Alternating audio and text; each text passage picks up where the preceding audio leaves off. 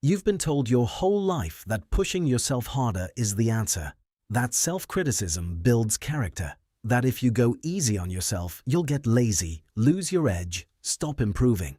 So every time you make a mistake, you come down hard on yourself. Every time you fall short, you remind yourself how much better you should be doing.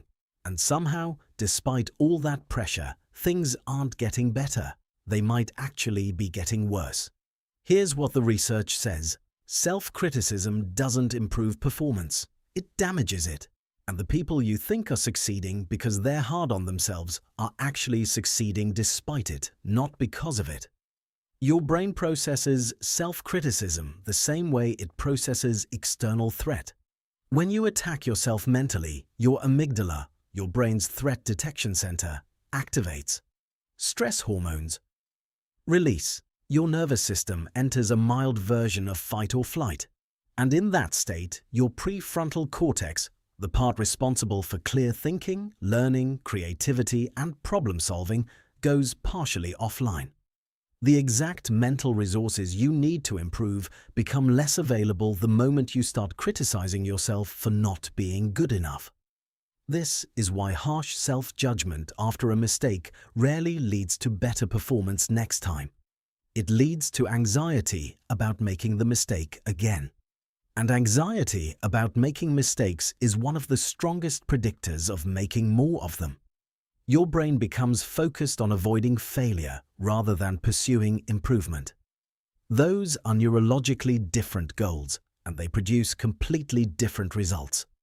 There's a term for this in psychology. It's called the threat-response cycle. You underperform, you criticize yourself, your brain registers threat, cortisol rises, cognitive function narrows, you underperform again, you criticize harder. The cycle tightens. Most people living inside this cycle assume they just need more discipline, more pressure, more self-punishment, but they're trying to solve the problem with the exact thing causing it. Here's what works instead. Decades of research by psychologist Kristin Neff and others shows that self-compassion, treating yourself with the same basic kindness you'd offer a struggling friend, consistently outperforms self-criticism across almost every performance and well-being metric. People who practice self-compassion recover from mistakes faster. They're more motivated to improve. They're less afraid of failure. They take more responsibility for their actions, not less, and they perform better over time.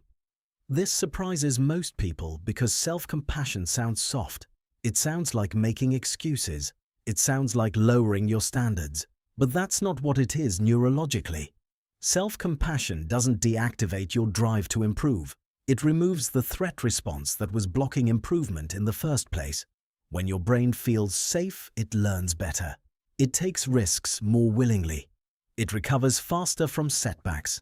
It stays engaged with difficult tasks instead of shutting down to protect you from further failure. Think about the difference between two coaches. One coach responds to every mistake with harsh criticism, public embarrassment, and reminders of how far short you fell. The other acknowledges the mistake clearly, identifies what went wrong specifically, and focuses immediately on what to do differently next time.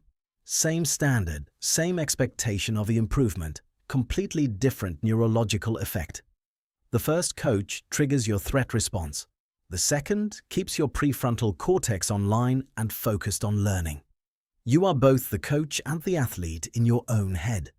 Every time you make a mistake, you choose which coach responds. Most people default to the harsh one because they were taught that harshness equals standards. But high standards and self-compassion are not opposites.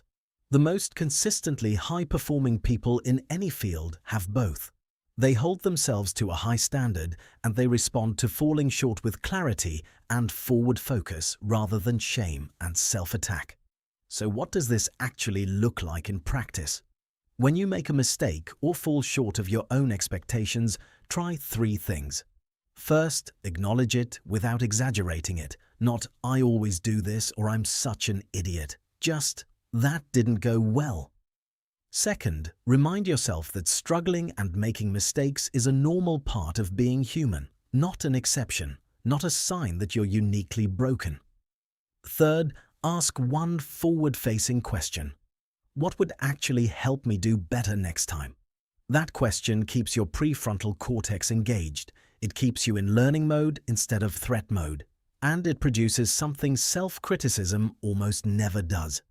A useful answer. Your brain is not motivated by fear of your own judgment. It's motivated by safety, clarity, and forward momentum.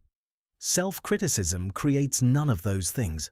Self-compassion creates all three. You don't need to go easier on yourself. You need to get smarter about how you respond to falling short. Because the goal was never to feel bad enough that you improve. The goal was always to actually improve. One step simpler. Next time you fall short, coach yourself forward instead of tearing yourself down. That's not weakness. That's how high performers actually think. If this changed how you see self-improvement, subscribe to One Step Simpler. One idea, one step, every video.